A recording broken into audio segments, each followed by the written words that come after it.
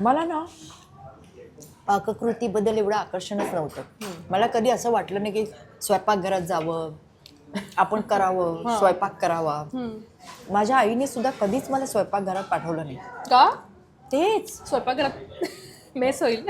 तू काही करायचं नाही, तू हात लावायचा नाही, तू फक्त खायचं. म्हणजे एकदम अय्याशी.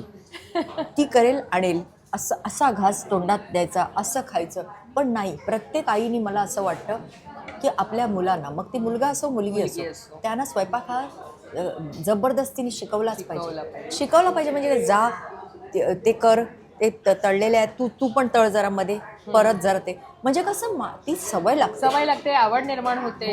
पण ती मला बऱ्याच उशिरा निर्माण झाली. आपोआपच. ती कशी काय? आपोआपच, कारण मला इंटरेस्ट आला त्याच्यामध्ये. आणि मला असं वाटलं, मला ना हे जे गोव्याचं जेवण आहे ना त्याच्याबद्दल एवढं अप्रूप आहे गोवा लोकांमध्ये, हे गोवा सोडल्यानंतर कळलं.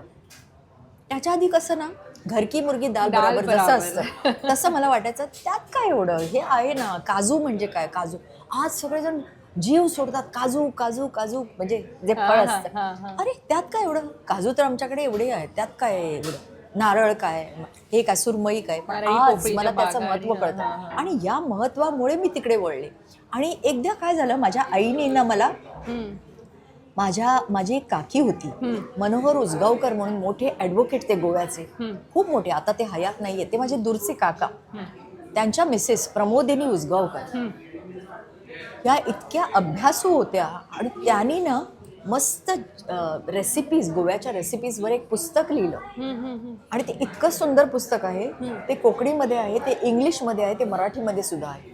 आणि त्याच्या बऱ्याच आवृत्ती खपल्या. तर माझ्या आईने एका माझ्या वाढदिवसाच्या, म्हणजे त्या दिवशी माझ्या एका बर्थडेला मला ते गिफ्ट केलं, ते पुस्तक. आणि मला म्हणाली, कधीही मी तुझ्या सोबत नसेन नेहमीच, पण कधी हे पुस्तक वाच, त्याच्याप्रमाणे कर, ह्याच्यात बरोबर सगळं आहे प्रमाण. आणि खरंच मी ते हाताशी घेऊन ना हुमण कसं हे शिकले करायला स्वतःच. हो. पण जेव्हा तुम्ही गोव्याहून तुम्ही आता शिक्षणाने मराठवाड्यात गेलात, तर मराठवाड्यामध्ये तिथली खाद्य संस्कृती तुम्ही अनुभवली? मला वाटतं कामाच्या निमित्ताने पण गेला असाल.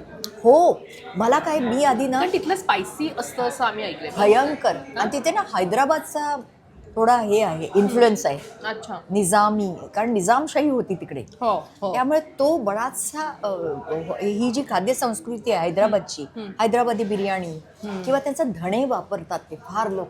ते चिकनमध्ये सुद्धा करताना धणे वापरतात. अच्छा. ही जे धणे घालून त्यांचं हे असतं, काय मसाला असतो. तेव्हा मला त्याचं ॲप्रिसिएशन नव्हतं. मी नाक मुरडायचे, मासे नाही कसं, हे व्हेज कसं जेवायचं, असं मला व्हायला लागलं.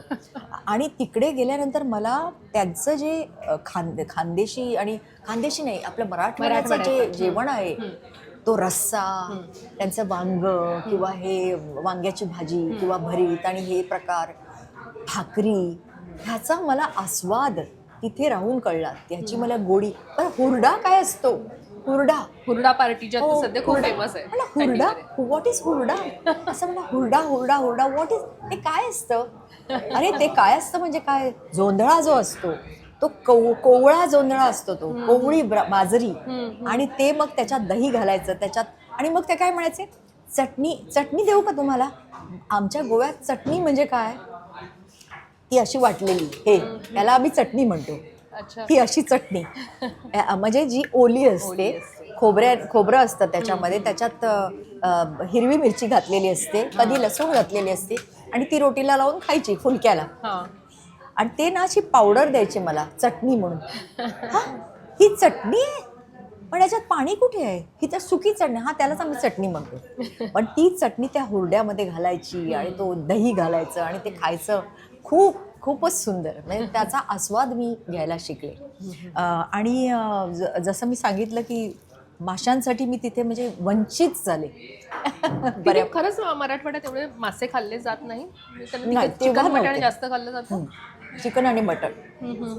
पण तिथे कसं असायचं ना, मी राहत होते, आता झाली त्याला 32 वर्ष वगैरे, तेव्हा अमुकच वार होते, त्या दिवशी ते मासे यायचे. बरोबर. मग मला वाटतं कदाचित परिस्थिती वेगळी असते. आता नक्कीच वेगळी असते. कारण आता मराठवाडा एवढा डेव्हलप झालेला आहे सगळीकडे मस्त, म्हणजे सगळं म्हणजे काय म्हणतो, ट्रान्सपोर्ट इतका चांगला झालेला आहे. रेल म्हणा किंवा रोड्स म्हणा, विमानाचं वाहतूक आहे, त्यामुळे नो प्रॉब्लेम. म्हणजे ते येऊ शकतात मासे, मुंबईवरनं येऊ शकतात, गुजरातवरनं येऊ शकतात, कुठूनही येऊ शकतात. पण ऑफकोर्स जी मजा मुंबईमध्ये आणि गोव्यामध्ये आहे मासे खायची, म्हणजे एकदम प्युअर, काय म्हणतो आपण त्याला, फ्रेश, तसं नाही तिकडे. मुंबईमध्ये जसं आता आपण बिग फिशमध्ये आलोय, आपण गोव्याचं फूड एक्सप्लोअर करतो.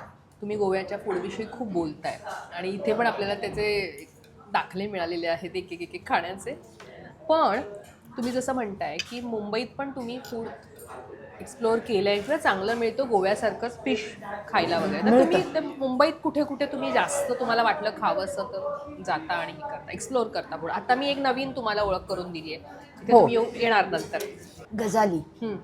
गजालीमध्ये मी खूप जाते आणि तिथे मी डोळे मिटून मासे खाते, कारण तिकडचे त्यांची फूड क्वालिटी, आता गेल्या 25 वर्षापासून तरी मी जाते तिकडे, अजूनही ती क्वालिटी खाली आलेली नाही आहे. त्यांचं ते असं मोठं पापलेट आणून घेऊन येतात, दाखवतात. आता तेच पापलेट करीमध्ये जातं की नाही मला माहिती नाही, बरोबर. पण हे बघा असं ते बघूनच असं खायच्या आधी दाखवतात हे आम्ही करणार आहोत, हे दाखवतात. हे मला तिथे नवीन होतं सुरुवातीला. एक मोठा खेकडा, हा बघा, आणि तो आपला वळवळतोय तिकडे असा असा असा, आणि ते दाखवतात आपल्याला. त्यामुळे ते मला त्यावेळेला त्याचं अप्रूप वाटायचं की अरे वा, हे दाखवतात आणि मग हे करतात. हा, तर त्यामुळे तिथे जाते. नंतर एक हायवे गोमंतक म्हणून आहे बांद्र्याला, एक खानावळ आहे, एक मी पाहिलंय. खानावळीमध्ये हो जातेच. जेव्हा मी प्रवास करते ना, तेव्हा मला खानावळीच आवडतात, विशेषतः कोकणामधले घरगुती असतं ना. हो. आणि मी चिपळूणचं एक हे तुम्हाला देते, एक्झाम्पल देते तुला. तिथे ना त्यांचं नाव, ती खानावळ आहे, त्यांचं नाव खानावळ आहे. अभिषेक तटकरे, त्यांचं आडनाव तटकरे. चिपळूणचं आहे ते. हो, खूप जण मला सांगतात. आणि तो मच्छिंद्र कांबळेंचे भक्त ते, स्वर्गीय त्यांच्या हॉटेलमध्ये त्यांचे बरेचसे फोटो वगैरे आहेत. माझे सुद्धा आहेत बरं का. दुसऱ्या वेळेला गेलीस तर उघडा डोळे बघा नीट, तर माझा सुद्धा तिथे फोटो आहे. तर तुम्हाला आम्ही असेच पाहतो, पण तिथे सुद्धा बघ, माझी महती बघ. फिश लवरना तिथे स्थान दिलेलं दिसतं. ते तटकरे इतके गोड आहेत ना, ते आले ना असे, ये ग, त्याचं ते टिपिकल बोलणं कोकणी, हा ग, असं आपल्या मुलीला सांगतात ना तसं. आणि त्यांचा नातू अभिषेक, त्याच्यावरनं ते नाव आहे. पण तो पण इतका गोड आहे. आता तो मोठा झालेला आहे, मी त्याला एवढा पाहिलेला आहे, पण आता तोच मला वर्षातही, मलाच नाही सगळ्या कलाकारांना मला वाटतं तो असं करत, दुपारचं काय जेवण, रात्रीचं काय जेवण, अरे तू काय रे, तू पैसे कधी कमावणार? अहो ते सोडून द्या, कलाकारांकडनं मी कधीच पैसे घेणार, किती कलाकारांना तो खाऊ घालतो.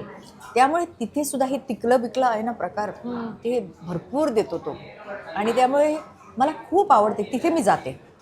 चिपळूणला गेले की मला अभिषेकमध्ये जायचंच असतं, कारण खूप सुंदर तिकडचं जेवण. तू आता जे मला प्रश्न विचारलास की ही ठिकाणं जी आहेत ना, ती मला प्रचंड आवडतात. मुंबईतली जी तुम्ही आता सांगत होता, मुंबईतली मला गजाली आवडतं, हायवे गोमंतक आवडतं. नंतर आता द बिग फिश, त्या लिस्टमध्ये बिग फिश आलं. हो नक्कीच, आणि इथे मी येणार, वारंवार येणार. आणि महाराष्ट्रात कुठे कुठे छान जेवायला मिळतं? महाराष्ट्रात बोलते मी आता पूर्ण, जर तुम्ही आता मराठवाडा बोललात, गोवा बोलला, गोवा तर महाराष्ट्राच्या बाहेर, पण महाराष्ट्रात मराठवाडा बोललात तुम्ही. जळगावला ना ते भरीत करतात, वांग्याचं भरीत तिकडचं फेमस आहे, आणि भाकरी. काय तो काळा मसाला ना मला माहितीच नव्हता, म्हणजे हा आणि मसाला इतका छान असतो, काय त्याची टेस्ट असते काळ्या मसाल्याची. त्याच्यात खूप गरम मसाले वगैरे असं. हो कदाचित, काय माहिती नाही, पण तो काळा असतो असा. हो काळा मसाला. हो, आणि त्याच्यावरती भाकरी, आणि ती इतकं सुंदर लागतं. ते काळं मटण म्हणून पण. मटण तर मी खातच नाही, खरं सांगू का, मी हत्येच्या विरोधात आहे खरंच. मला मटण हा प्रकार मी खाल्लाच नाही आयुष्यात. आणि मी कुठलंच मीठ खात नाही एक्सेप्ट चिकन खात होते. ती हत्या मी त्याला एन्करेज करत होते आजपर्यंत. पण आत्ता मला ना ते चिकनसुद्धा मला ते नको वाटायला लागलं. पण ऑफकोर्स ह्याची हत्या मी करते. त्या बाबतीत मी कृतज्ञ आहे. आणि मला वाटत नाही मी मायाळू होईन त्या बाबतीत. ती पण हत्याच आहे. पण काय करू? I can't help it. त्यांना पाहिल्यावर हेल्पलेस झालं होतं. खरोखर. आणि त्यांचं ते ना त्याची टेस्टच इतकी छान असते. त्यामुळे जळगावचं एक ते भरीत, हे भरीत घोटलेल्या वांग्याची भाजी पण एक तिथली फेमस आहे ना काहीतरी. म्हणजे काय? घोटलेल्या वांग्याची भाजी भरीतचाच प्रकार असतो का असा तो? म्हणजे मला माहिती नाही, पण घोटलेल्या वांग्याची भाजी हे मी खूप मी हे ऐकलं आहे ऐकलं नाही. जळगावचं. अच्छा. तिथे एक ना शेव भाजी म्हणून असते.